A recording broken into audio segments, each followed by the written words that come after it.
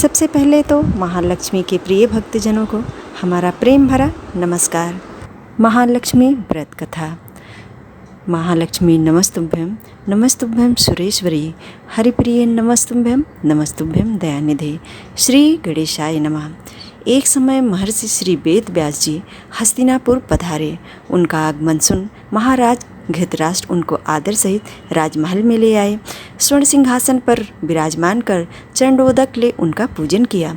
श्री व्यास जी माता कुंती तथा गांधारी ने हाथ जोड़कर प्रश्न किया, हे महामुनि, आप त्रिकालदर्शी हैं, अतः आपसे हमारी प्रार्थना है कि आप हमको कोई ऐसा सरल व्रत तथा पूजन बताएं जिससे हमारा राज्य लक्ष्मी सुख, संपत्ति, पुत्र पौत्रादिक व परिवार सुखी रहे। इतना सुन श्री वेद व्यास जी कहने लगे, हम एक ऐसे व्रत का पूजन व वर्णन कहते हैं जिससे सदा लक्ष्मी जी का निवास होकर सुख समृद्धि की वृद्धि होती है। यह श्री महालक्ष्मी जी का व्रत है जिसे प्रतिवर्ष आश्विन कृष्ण अष्टमी को विधिवत किया जाता है। हे महामुनि, इस व्रत की विधि हमें विस्तार पूर्वक बताने की कृपा करें।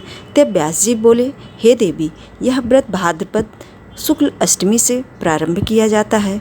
इस दिन स्नान करके 16 सूत के धागे का डोरा बनाएं, इसमें 16 गांठ लगाएं, हल्दी से पीला करें, प्रतिदिन 16 दूब व 16 गेहूं के डोरे को चढ़ाएं।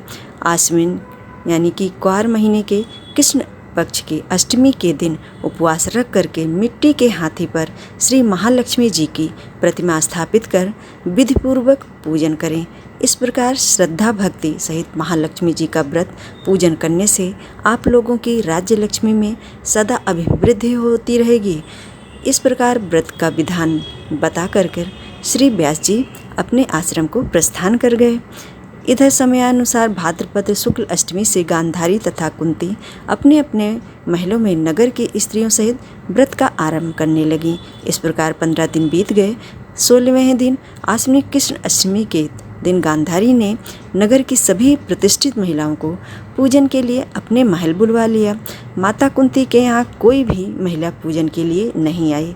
साथ ही माता कुंती को भी गांधारी ने नहीं बुलाया।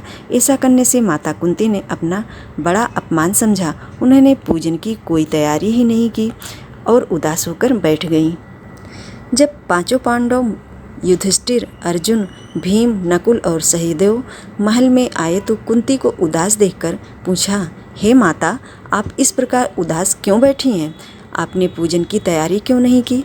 तब माता कुंती ने कहा, हे पुत्र, आज महालक्ष्मी जी के व्रत का उत्सव गांधारी के महल में मनाया जा रहा है। उन्होंने नगर की समस्त महिलाओं को बुला लिया और उनके 100 पुत्रों ने मिट्टी का एक विशाल हाथी बनाया, जिसके कारण सभी महिलाएं उस बड़े हाथी का पूजन करने के लिए गांधारी के यहाँ चली गईं, लेकिन मेरे यहाँ नहीं आईं।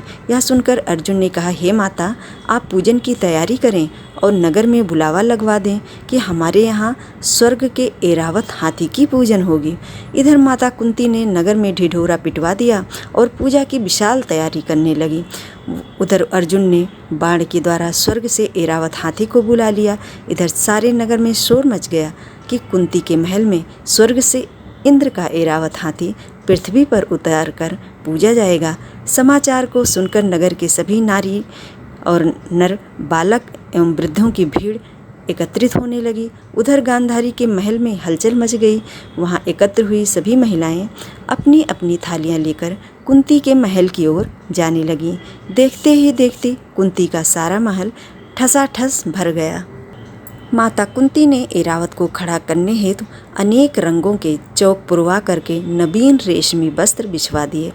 नगरवासी स्वागत की तैयारी में फूलमाला, अबीर, गुलाल, केसर हाथों में लिए पंक्तिबद्ध खड़े थे। जब स्वर्ग से ऐरावत हाथी पृथ्वी पर उतरने लगा तो उसके आभूषणों की ध्वनि गूंजने लगी।